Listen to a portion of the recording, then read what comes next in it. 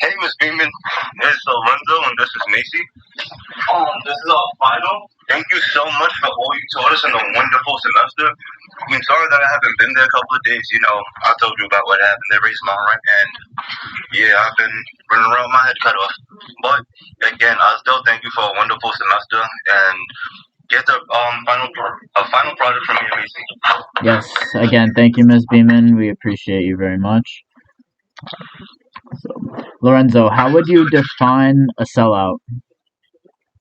All right. So to define a sellout, since the start of the semester, since I had a me and Ms. Beam had a real enlightening conversation, and she actually put me up to the task. The same way how I was so eager to call someone a seller is just she just kind of asked me now to define it, and it was so interesting to me because it's I remember I told my pops this one day. I told him I feel like somebody doesn't understand something unless they can define it. My pop said, "You're 100% right," and then ever since then, he always kind of challenged me to define things to make sure I truly had an understanding, good comprehension. And so when Miss Beeman did that, it's I'll kid you not, it really did hit a piece of nostalgia. But the way I would define a sellout is, I define that as people that are willing to harm their own community, well, that are willing to harm their own community for their own benefit. So when I say that, I'm looking at celebrities and politicians who are often seen, selling out their own constituents or their fans or their own fan base. Um, One of the a seller that I want to look at in this project is I'm going to look at Diddy because as we were going over the court documents, I used it as my case in point. Some of the things alleged were really heinous, and then just the idea that somebody would do that to the people that worship you, that revere you, idolize you. It's that goes back to the definition: people that are willing to harm their own community for their own benefit. So according to that, there was over the years, it's been alleged that P Diddy was allowing for the youth and the hip hop culture to be exploited by sexual blackmail. Yeah, and why is this issue important? If you ask me, I feel like this issue is incredibly important because they're sabotaging the people that are oppressed by institutional racism and allowing for lawmakers to look at outliers in the community as a standard. The problem with that is if we sit here and keep looking at outliers in the community as a standard, oppressed people will stay oppressed. We cannot look at the outliers of Kevin Hart, Diddy, the uber rich people, and then sit here and say, okay, black people aren't disenfranchised anymore. That is one out of a million people. You get me? So it's to just sit here and ignore the issue of stop the fight, stop working, stop making progress because of there are a few people who just happen to be in a prominent position via means that we don't even know. So it's you get what I'm saying? For policymakers, for us to not say anything and for us to allow policymakers to do that, that directly impacts why minorities have been disenfranchised for so long. And what were the findings of the studies of P. Diddy that you came across? Yeah, so with the court documents, I use that as after studies for my studies for this, and yeah, they were actually some crazy allegations coming out, and then they have video footage, and recently he just apologized online for the video footage of him just committing atrocities. So in this case study, I really took a look at the actual timeline of events that the timeline of events, and then I was looking at policies during that time, and I just wanted to see if there was a correlation, and there is, in my opinion, there is, because no, there is. This isn't even an opinion. This is a 100 emphatic fact. Let's look at the studies. In 1993, Bad Boy Records was founded by Diddy when he was 24 years old, mind you, with no money. Previous to starting to create Bad Boy Records, he was an unpaid intern, and then he got fired from that job. Right before, within that year, he founded Bad Boy Records, and then within 2 years after that, by 1995, Tupac and Biggie are at the height of their rap career. Both of them died, under circumstances that, mysterious circumstances to say the least. But it is no question that we can say that was instigated. The death of these two prominent members of their community was instigated due to the actions of P. Diddy. But let's take a step back for a second between 1993 and 1995, because it's like, that's the American dream. That's the story that a lot of kids are gonna see and that they're gonna want to imitate. And truth is, they have. Like, P. Diddy's from Harlem. I'm from Harlem. So people like me who sit here, we came from a place where we really had nothing. I grew up in a projects. I didn't even own the property in which I was born to. And it's like, when you see somebody else who, he grew up in the same town, similar conditions, and he became a billionaire, but then you come to find out that it's due to, it was due to, he wasn't educated. So to get to the position he was in, he had a successful business plan, and he had to sexually exploit himself to get the funding to support his label, Bad Boy Records. And this is, it's seen in the court documents. Apparently, him and Clive Davis may have had a undercover relationship. I don't want to get too much into that because I feel like that kind of goes away from where the actual true issues that are present. But supposedly that was how he got the funding to start Bad Boy. And then if you look at the timeline between 1993 and 1992, it's like, I personally tried to start a record label. I have buddies who tried to start record labels before, and it's like, let me tell you, that is not an easy feat. You get me? You definitely need a large sum of capital, especially if you're going to take off in 2 years and, follow the trajectory that Diddy had. In 24 months, that's actually insane. So when we sit here, I'm not just bringing this up because of, controversy and XYZ, but it's like, if you take a good look and really pay attention to the aftermath of this, Tupac and Biggie died in 1995. During that time, that was the hip-hop era's advent, I want to say. You get me? The hip-hop was being taken to a whole nother platform, but it wasn't being taken to a whole nother platform for necessarily positive reasons. Biggie being from New York, Tupac representing California, the whole East versus West Coast beef, that really incited a lot of violence.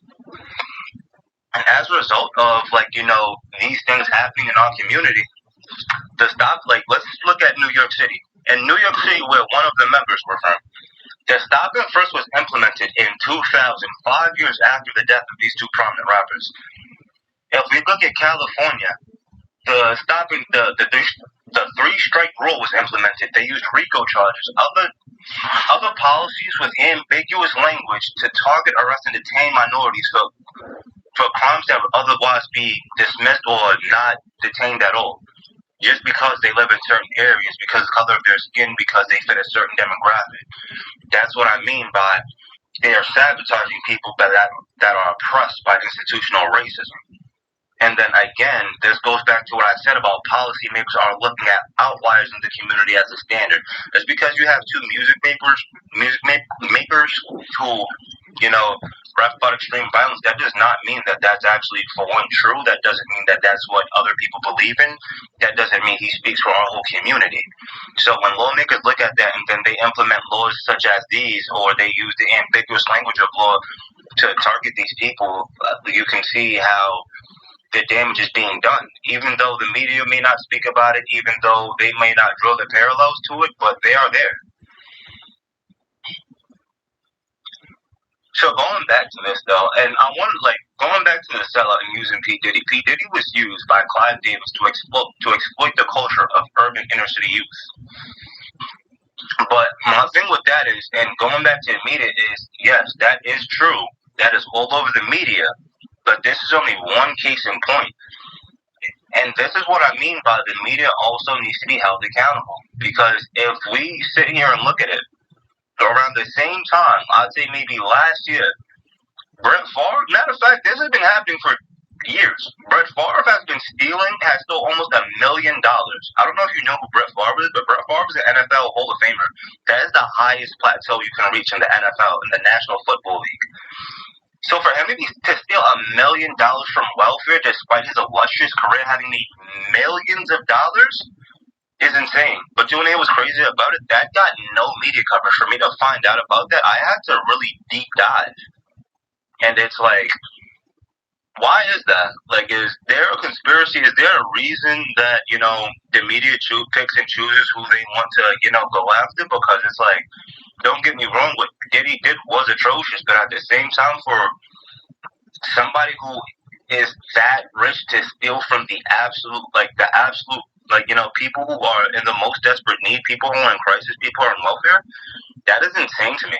And that's literally, that defines a sellout. He comes to a community, instead of empowering and enriching the community, he takes from the community. And then the people who are in that community suffer. That's what I mean by a sellout. But just to speak on how this supports colorblind ideology, P. Diddy is uber rich. Black people are still oppressed. Minorities are still oppressed. But it's like people will still use P. Diddy being uber rich, or they'll use other celebrities who fall into that ballpark and then try to use them to speak for all of us, or use them as a scapegoat as to why racism happens, or why racism isn't as bad. And it's like, that is not the case. That's not the case at all. What they're doing is they're using outliers in the community to paint a narrative.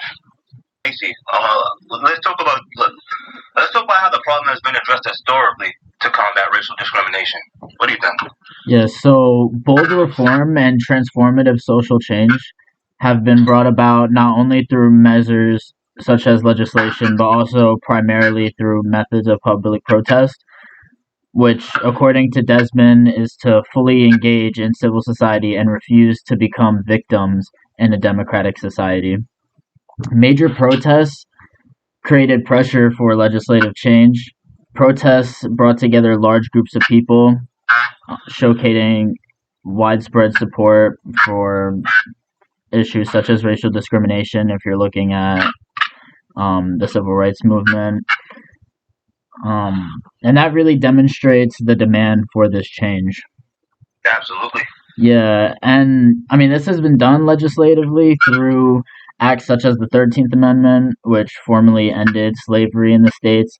However, even with acts such as the 13th Amendment, there was still loopholes that the white elite class, or, in that case, white Southerners, used to keep black people enslaved in the states, by, using incarceration as a means to justify the slavery. Whereas before, when black people were enslaved in the states, it was really more of a demonization of the black community, which kept the status quo that way, for justifications of why it was okay. But additionally, there are other acts such as the 14th Amendment, which granted equal protection and citizenship for minorities, and the 15th Amendment, which ensured the right to vote for minorities.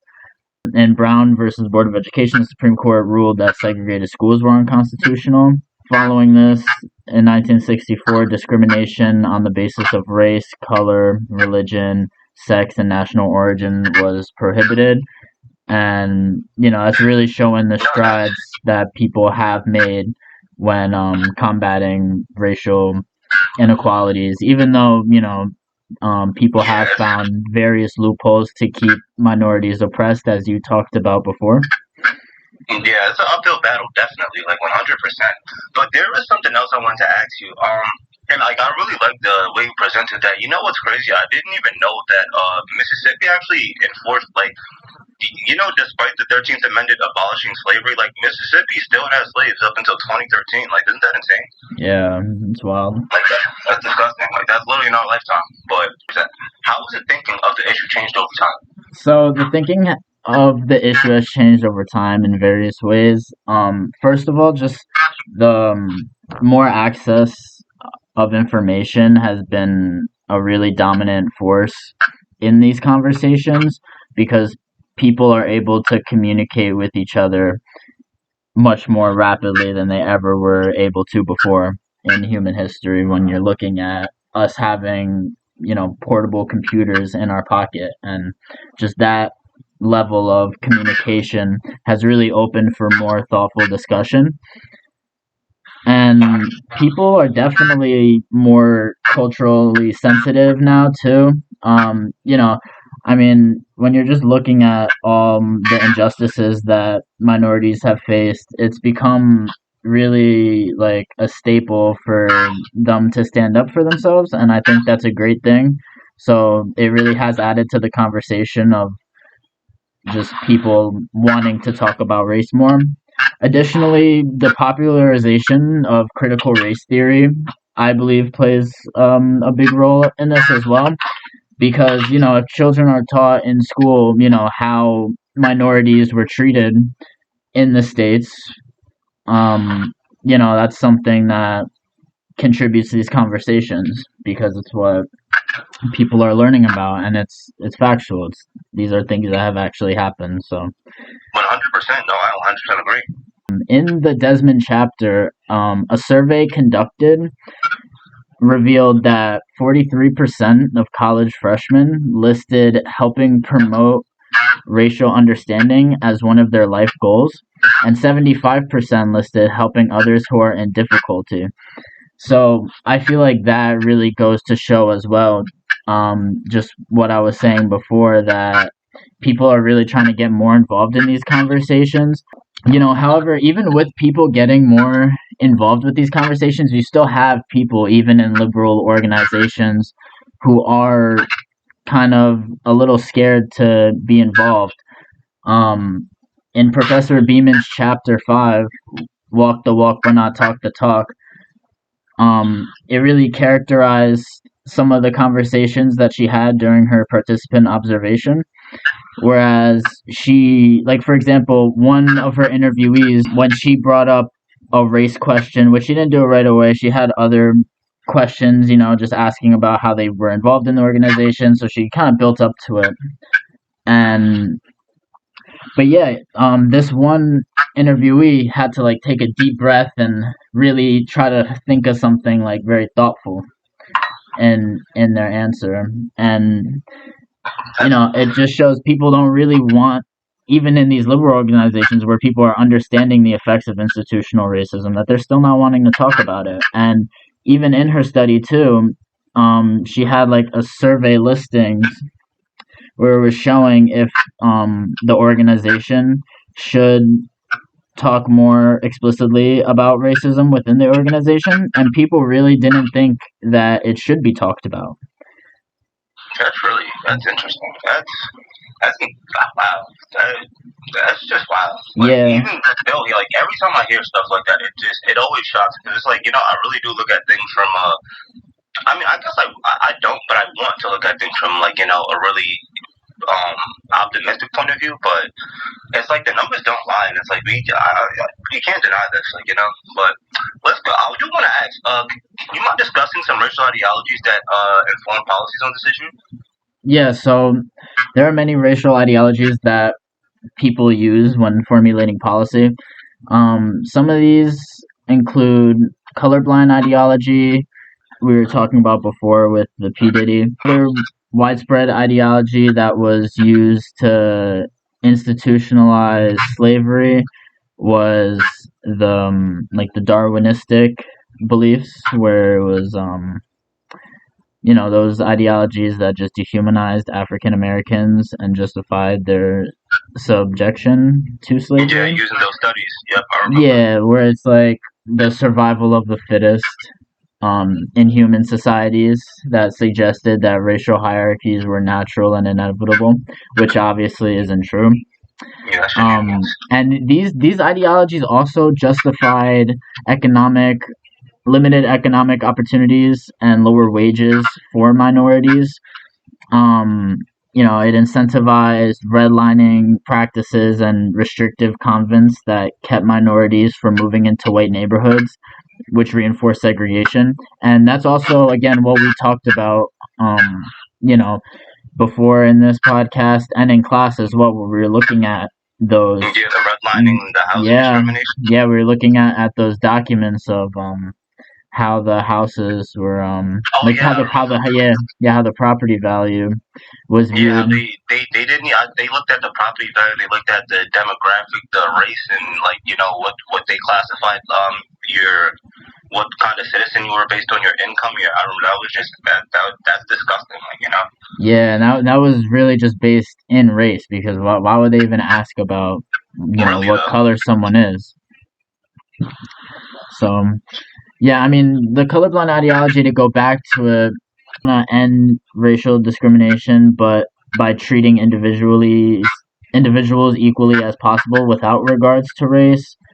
And beliefs like that, when you're really not factoring in race, it has that's strongly opposing affirmative action, where you're using race to try to like get people that We're yeah, disenfranchised. that were disenfranchised based on their race, not by their choice, but just in society. No, um you're right. yeah, Wait, and if you don't mind, I just want to add to that a bit go because it's for it. like you brought up a really interesting point. Just mentioning how like just to add to the colorblind ideology, it's just like you see how there's a history of redlining and the racial wealth gap and like the history of discrimination in housing. Like what people don't like to talk about is housing is the number one vehicle for wealth in the U.S. So it's like when you sit here and take out a certain demographic from that, or you take out minorities from that, it's like even if years later you do know you didn't participate yourself, it's like you're still you're still enjoying within the privileges that were awarded to you by disenfranchising people, and it's Yeah, so I do I think that also plays a part into the colorblind ideology because it's like I don't think people want to acknowledge that they benefited from it, even if not directly, but historically. exactly, and pushing for policies like that just ignore systemic inequalities. Absolutely. Yeah. So, what are policies that address this issue, Lorenzo? So a policy that's been made to help remedy this issue regarding sheltering minorities is the New York City voucher program. This program helps the homeless and minorities in crisis afford shelter via vouchers that supplement tenants with the necessary funding to afford New York City housing. As you know, housing in New York is insane. I could tell you personally, I'm a real estate agent, and you have to make and this is actually facts. Like to get into a New York City apartment, the requirement is you have to make your income has to be 40 times your rent. And then when you think about the baseline rent is $2,000 for like a one bedroom, and inside of an apartment. That's give or take what I'm saying. To qualify for that, you have to make $80,000. $80,000 is to make $80,000. That's a higher end earner. Like you get what I'm saying? Like that's not a high end earner. So it's and that's just for the bare minimum. Like you get me? That's a one bedroom. Imagine people families, people who have kids, people who come from backgrounds where they have more needs to support. It's just you it's just insane. So it's I really do see that policies are being made to address this issue. And even now, lawmakers are discussing proposals to have, to potentially have the funding increase to the programs that are providing the New York City residents in crisis. So it's being in an actual agent, doing this for a living, and seeing people, hearing people's story firsthand is I can tell you that it really does tear me apart sometimes because it's just even in cases where I do absolutely everything in my power to help, we get attorneys involved. We have to really evaluate the laws in place, and it's sometimes it's really tough. It's really an uphill battle, and it's this isn't necessarily always due to someone, you know, It's rarely due to somebody being a bad person. Very often, somebody made a mistake in their life, or there's just an unfortunate circumstance that just leads to this. And like that, like like holistically, like housing, shelter is primary to life. So it's like you get me when you sit here and make housing and the means to like building wealth just out of people's reach. That just has drastic effects. Yeah, it's very true. And then just the continuation of people, just to go back to colorblind ideology, just people Yeah, ignoring these issues and not thinking that the race of the individual plays a role at all is just, that's the big insane. thing. And then But just to add, like literally, like just to add to that, and then like one thing that I feel like isn't really considered is just like different cultures and like different cultural practices. So it's like they're just kind of using this one baseline rubric, and it's like that doesn't apply to everybody. yeah, and I'm gonna ask you, what do you think the effectiveness of these policies are in addressing the issues of reducing racial inequality? So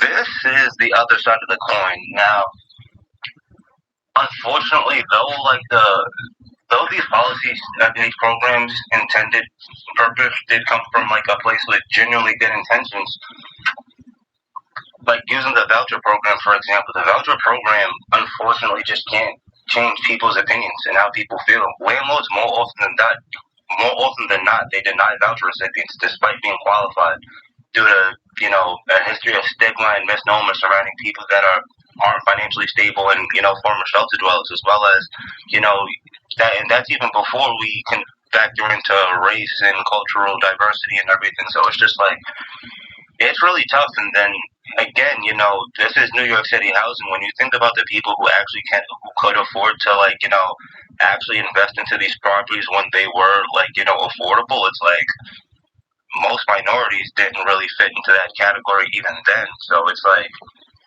we're still seeing the effects of the racial inequalities and that colorblind ideology that it really is unfortunate. And is that what you think that policymakers are failing or missing to foresee with the problems of the policy? Yeah, honestly, I feel like policymakers fail to consider the other side of obtaining property, meaning like the landlords and homeowners that don't want people that are considered higher risk in their properties. So, like, they also fail to consider previous interactions with landlords and tenants using these programs, like tenant protection laws, and then that going back to the policies, it's like the tenant protection laws, like they scare a lot of landlords due to it removes like that remove the ability for them to remove a tenant in the case of non-extreme circumstances, which is, I mean, I do agree with the tenant protection laws, but then it's like I do also see the ramifications of it. You get what I'm saying? So like that in itself drastically reduces a landlord's willingness to rent their properties to voucher holders. So there are a lot of people who will get their vouchers and they genuinely think that this is a blessing from the heavens, and then it just kind of becomes just paper in a pile, because it's like again with so many vouchers with so many people holding vouchers, and then there's no real way to differentiate these the individuals. It really is an uphill battle. So the only one thing that people fall back on is public perception and these misnomers that logical fallacies that just spread around blissfully. It's just it really does hurt, but I think that definitely is something that policymakers fail to see or foresee as a problem with this policy. What is the effectiveness and ineffectiveness of specific policies that you'd like to address? Yeah, so the effectiveness of a specific policy for addressing racial discrimination, like affirmative action, um, this would be something like promoting diversity and inclusion in the workforce and or educational institutions. And this has been proven um, to be good for communities when people are in a diverse environment. And it creates the educational and economic benefits for disenfranchised people.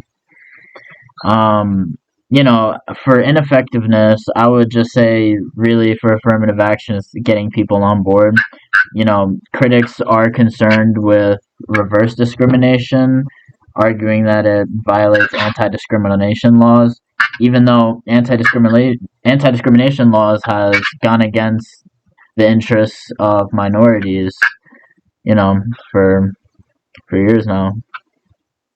No, you're definitely right. And, I found that so interesting that you mentioned that because it's like, like I actually know someone who like actually was able to get into prestigious Ivy League school due to like, affirmative action laws and, the pushes that have been made due to that. I have a friend, like growing up, when I was in Long Island actually, he got accepted into Howard, right? And that's definitely cause for celebration. Everybody was, happy. That was really yeah, momentous. Like you get me, that was like a life changing thing. Like I think he was the first person in his family to go to college and then he got accepted into Howard. Like, that was beautiful. But then it's so crazy that like, when we think about affirmative action, we think about it that way, but then it's like going back to the other side of the coin. That same, but the following semester, or matter of fact, let's deep dive. That same summer, like after he got accepted into Howard, he lived in not an urban community. He lived in rural areas of the suburban Long Island. It's a pretty nice area. Like, his mother had to take out a second mortgage. His father had to pick up an additional job. His two older brothers also had to pick up an additional job in order to help him, or in order to fund the, in order to fund his college day. And it's like, that speaks to something like, a lot of the mental angst that speaks to like, separation anxiety and due to that like level of stress and pressure that, he was putting on his family, he ended up leaving the following semester because it's just, again, like, the things that I just mentioned, it's just like that bearing on him. And then again, he's in a completely different place where there aren't many people like him over there. So it's like, they aren't really, and like you get me, the interpersonal workings aren't really set up to support, the minorities that are being sent to these institutions. So, and then when we think about the aftermath of that, I like with affirmative action, it was actually said that like more often than not, the recipients of affirmative action who do get